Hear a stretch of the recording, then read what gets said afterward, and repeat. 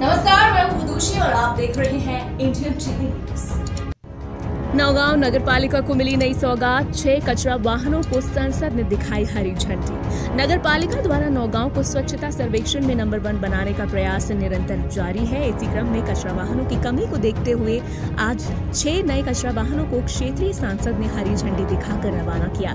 इससे पहले नगर पालिका में केवल 3 ही स्वच्छता वाहन थे। अब 6 और वाहनों के शामिल होने के बाद 9 वाहन नगर को स्वच्छ बनाने में कारगर साबित होंगे। इंदौर की तर्ज पर नौगांव भी प्रथम मध्य प्रदेश में स्वच्छता सर्वेक्षण के तहत नंबर 1 बनने का प्रयास कर रहा है।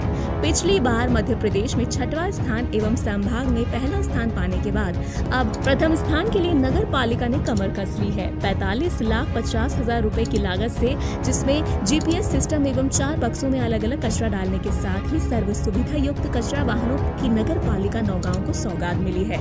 नगर पालिका परिषद में बड़े हर्षोल्लास के साथ कार्यक्रम आयोजित कर कचरा वाहनों को क्षेत्रीय सांसद डॉक्टर वीरेंद्र कुमार खटीक ने हरी झंडी दिखाकर रवाना किया। इन कचरा वाहनों की सौगात से नगर को स्वच्छता अभियान को नई गति मिलेगी। वाहनों को उत्साहपूर्वक पूर्व विधायक पुष्पेंद्र नाथ पाठक ने स्वयं चलाकर रवाना किया। कार्यक्रम के दौरान पूर्व विधायक मानवेंद्र सिंह, पूर्व विधायक पुष्पेंद्र नाथ पाठक, पूर्व नगर पालिका अध्यक्ष अभिलाषा शिवहरे सहित जनप्रतिनिधि, गणमान्य नागरिक मौजूद रहे। उमंग शिवहरे, इंडियन टीवी न्यूज, जिला ब्यूरो चीफ, छतरपुर।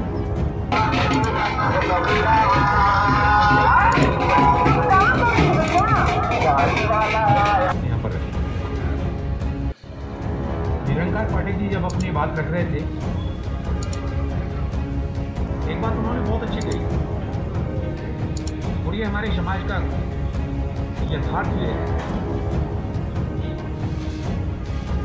जब कोविड का दौर अपनी चरम सीमा पर था, कई स्थानों पर लोग इससे संक्रमित होकर काल कल्पित हुए। बहुत सारे स्थानों पर ऐसा भी दृश्य देखने में आया कि परिवार के लोग वहां पर लेने के लिए नहीं गए, हाथ से भी हाथ खड़े कर दिए। ऐसे संकट के क्षणों में हमारे जो नगर पालिका, नगर परिषद की जो सफाई कर्मी,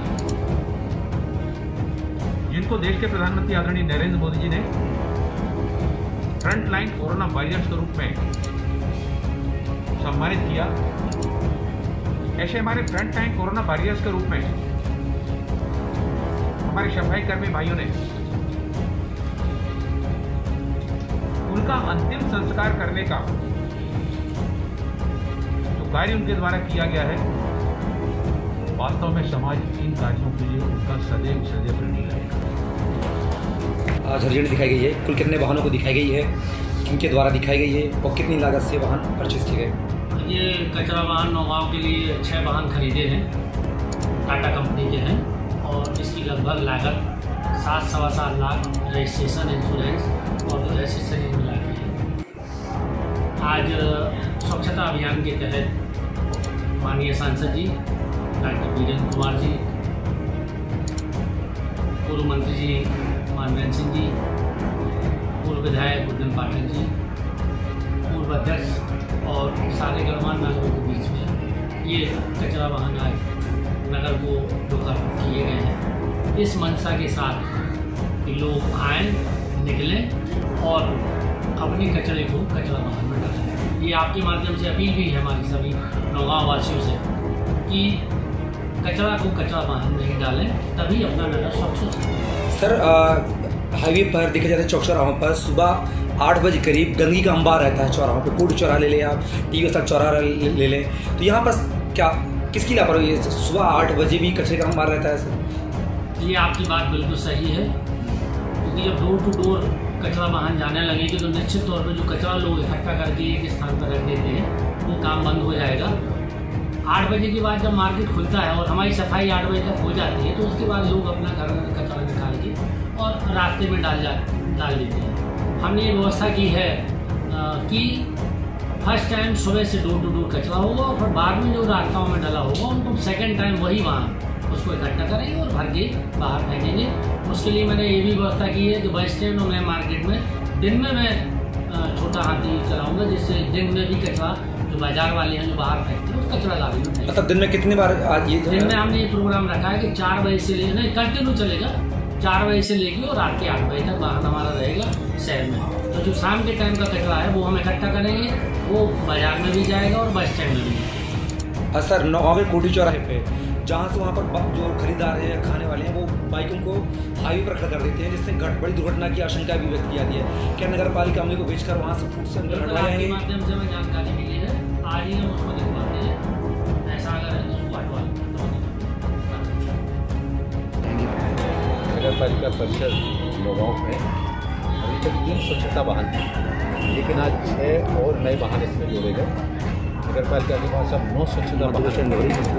इन स्वच्छता वाहनों से नगर के कचरे को उठाने के लिए नगर पालिका के सीएमओ महोदय के द्वारा और अलग अलग जोन बनाए गए हैं। पहले क्या होता था, स्वच्छता अभियान वार्ड से अनुसार किया जाता था, लेकिन अब जब ये वाहन जाएंगे तो 9 वाहनों का पूरे नगर के वार्डों में इस तरह से एरिया वाइज जोन बनाए गए हैं कि अब एक वाहन जब जाएगा तो उस जोन के घर में पड़ने वाले घरों का उनका सबका कचरा लेकर आएगा। वाहन बढ़ने से स्वच्छता के काम को और भी ज़्यादा गति मिलेगी।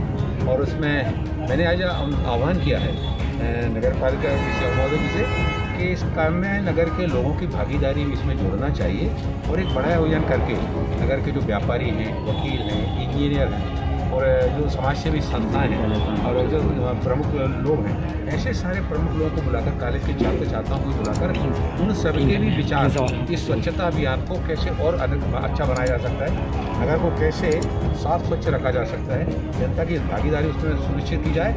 और ये शहर केवल नगर पालिका को साफ स्वच्छ रखने के लिए जिम्मेवारी नहीं, बल्कि इसमें जब नगर के सारे लोगों की भागीदारी बढ़ेगी तो नौगांव नगर वैसे भी अपने उसके लिए मशाल के लिए प्रसिद्धि बनाए हुआ है। आने वाले समय में जिस तरह से इंदौर में स्वच्छता अभियान के बारे में लगातार जो ना इंदौर को पुरस्कार मिल रहा है, वो पुरस्कार इसके कारण से मिल रहा है कि वहाँ के इंदौर के नागरिक जो है ना, वहाँ का बाहर का कोई व्यक्ति अगर कचरा डालना है तुरंत वाहन को रोककर और कहते हैं कचरा उठाओ। इसी तरह से जब हमारे नगर के सारे लोगों की भागीदारी स्वच्छता अभियान के साथ जुड़ेगी तो आने वाले समय में नगर पालिका नौगांव जो है ना अपने स्वच्छता अभियान के माध्यम से, अपनी सुंदरता के माध्यम से पूरे क्षेत्र में अपनी पहचान। कब तक क्लासों का संचालन शुरू हो जाएगा?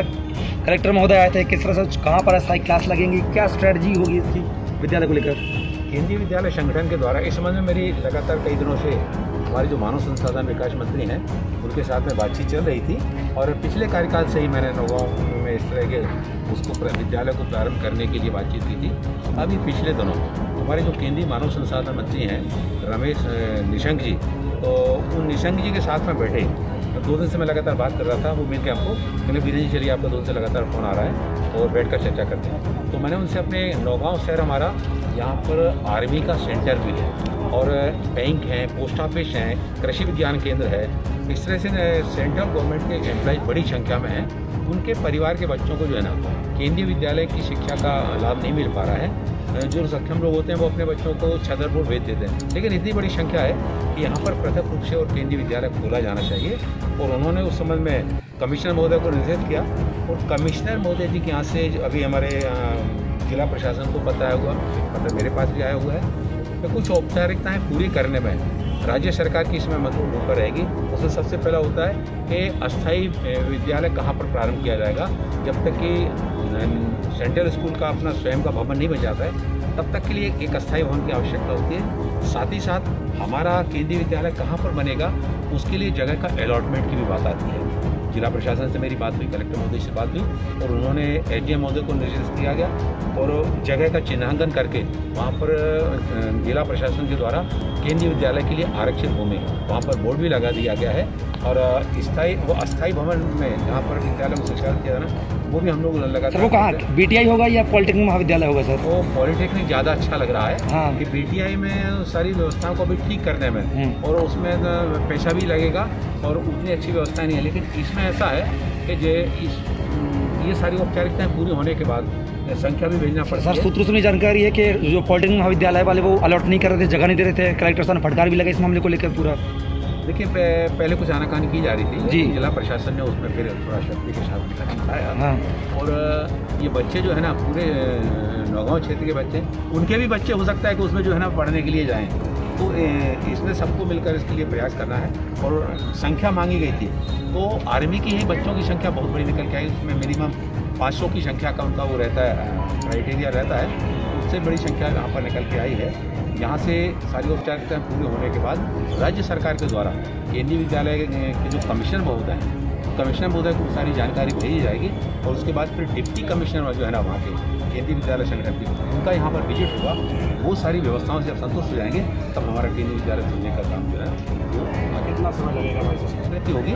और अस्थायी भवन में केंद्रीय विद्यालय प्रारंभ होगा और 2-3 साल भी चल सकता है उसमें। इस बीच में जो है ना फिर मानव संसाधन विकास मंत्रालय से बजट का एलोकेशन करके भवन बनाएंगे। लोगों स्टेडियम में लाखों की मशीनें जिनकी पड़ी हुई हैं, लगभग 2.5 साल से ठीक आ रही हैं। पूर्व विधायक के प्रयासों से वहाँ पर लोगों के लिए जिनकी व्यवस्था की गई थी जो ताले में बंद है, लगभग 2.5 वर्ष हो गए हैं। आपने ये विषय मेरे संज्ञान में लाया है और मैं इस संबंधित प्रशासन से बात करके उनका जिम के शामों का उपयोग हमारी युवा पीढ़ी में उसका उपयोग करने के लिए मिलना चाहिए।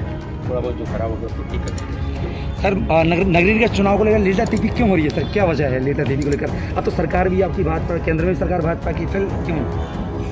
कोविड ने बहुत सारी चीज़ों को जो है ना, और कोविड के कारण हमारे सामाजिक और बाकी सारी व्यवस्थाओं को जो ना ताना बाना जो है ना छिन-भिन कर दिया। अभी प्राथमिकता के आधार पर जो 1.5 साल से स्थिति बनी है उसमें किस तरह से कोरोना को नियंत्रित करके सामाजिक जीवन को जो है ना पटरी पर लाने का काम किया जाए। और इसके कारण से कुछ चीज़ों में थोड़ा सा विलम्ब हो रहा है। लेकिन वो सर, विधानसभा उपचुनाव हुए 5 राज्यों, वहाँ कोरोना देखा गया सर। दमोह मध्य प्रदेश में उपचुनाव हुए कुछ सीटों पर, यहाँ कोरोना नहीं था क्या? नगरीय निकाय में क्यों आते हैं? उसके कुछ ना कुछ प्लस माइनस रहे होंगे और इसी कारण से अभी चुनाव में जो है ना वो विलम्ब हो रहा है। ठीक है सर, थैंक यू। इसी तरह की देश, दुनिया और अपने आसपास की हर खबर और खबर के असर को जानने के लिए देखते रहिए इंडियन टीवी न्यूज। हमारे इस चैनल को सब्सक्राइब कर लीजिए और हमारी इस खबर को शेयर जरूर कीजिए। मिलते हैं अगली खबर के साथ।